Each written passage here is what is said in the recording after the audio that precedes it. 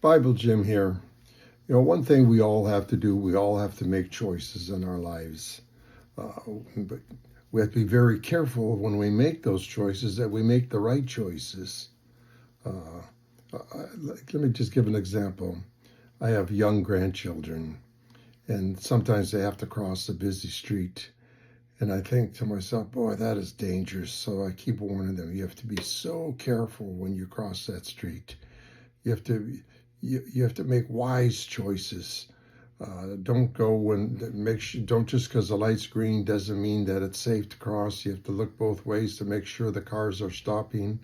Uh, I know when I drive and I'm entering into a busy street, I have to be very careful that I make the right choice of when to pull into the street.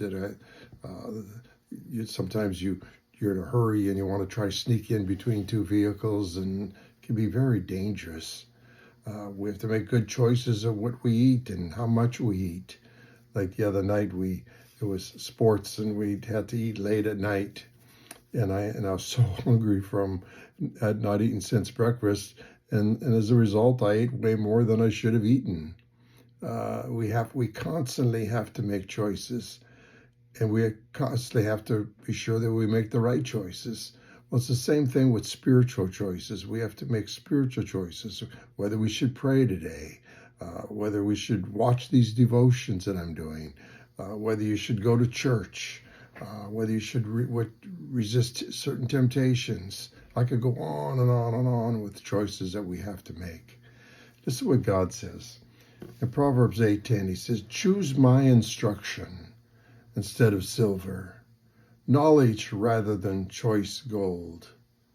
We were talking to, I got my younger brother out here and his girlfriend, and they have five of their grandchildren with them, and they're going to take them on a short cruise that they've never been on before. Some of them have never been to California before, and we were talking late last night, and they were talking about they're going to college and what they're going to major in college and how much money they're hoping to make, et cetera, et cetera. But here's what God is saying is those are important choices that they have to make. But he said, choose my instruction over money.